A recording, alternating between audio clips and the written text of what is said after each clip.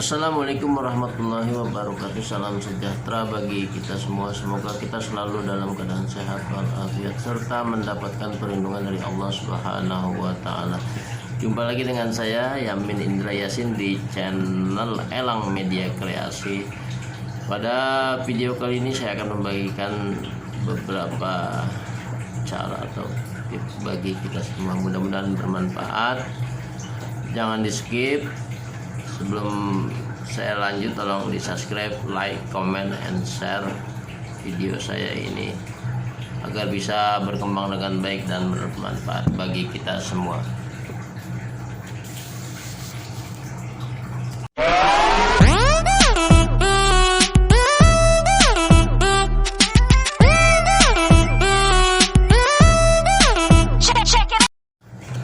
Oke, kita lanjut. 5 cara mengendalikan emosi diri di dalam diri sendiri. Yang pertama, memperhatikan dampak emosi. Yang kedua, mencari tahu apa yang dirasakan. Yang ketiga, mengelola emosi. Yang keempat, membuat suasana hati menjadi tenang. Yang kelima, mengekspresikan diri kita. Yang pertama, memperhatikan dampak emosi di dalam diri kita. Kita harus mengetahui, mengukur sejauh mana dampak yang akan terjadi jikalau emosi kita meledak-ledak, meluap-luap. Apakah itu akan berakibat dampak pada diri sendiri, terhadap orang lain, dan terhadap orang-orang yang kita sayangi. Sehingga perhatikan betul dampak yang akan terjadi akibat dari emosi yang meluap-luap dan emosi yang meledak-ledak. Oleh karena itu,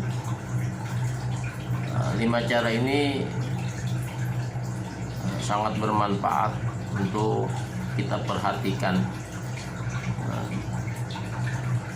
Kemudian saya lanjutkan, yang kedua, mencari tahu apa yang kita rasakan. Untuk mencari tahu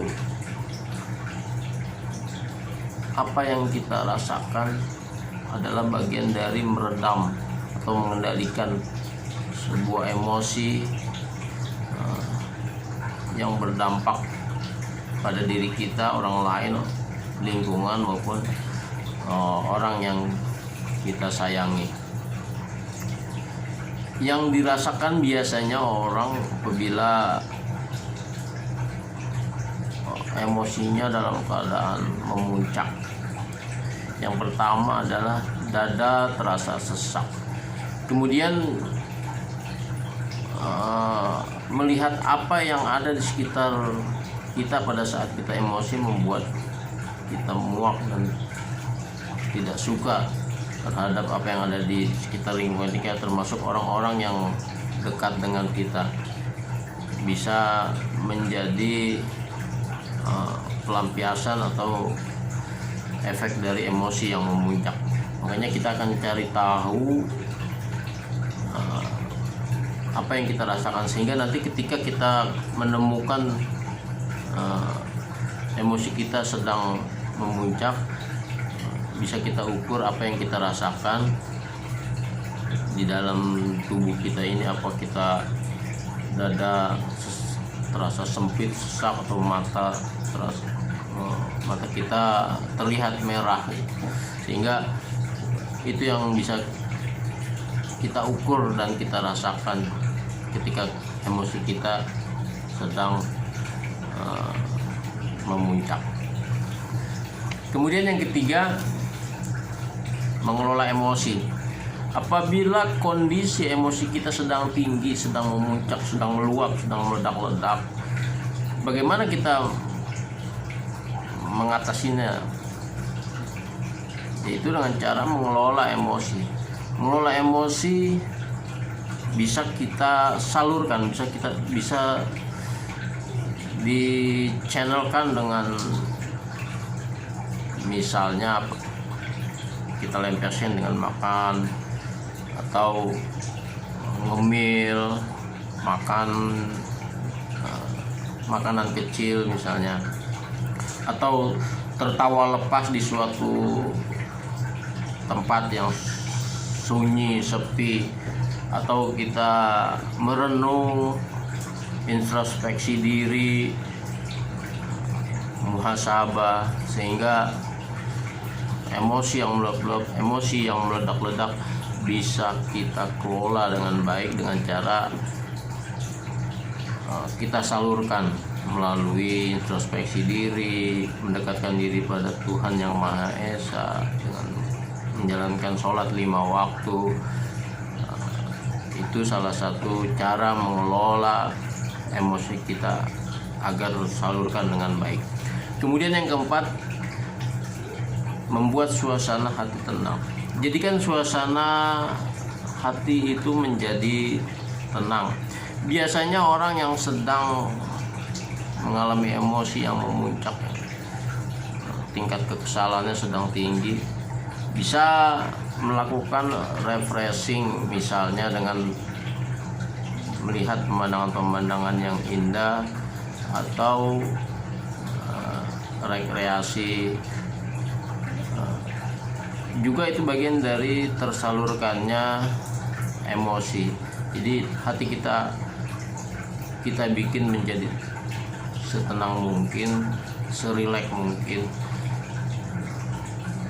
dalam rangka mengendalikan emosi. Itu makanya orang diperlukan sekali suasana tenang, seperti kita ke tepian sungai, ke pantai, atau ke pegunungan.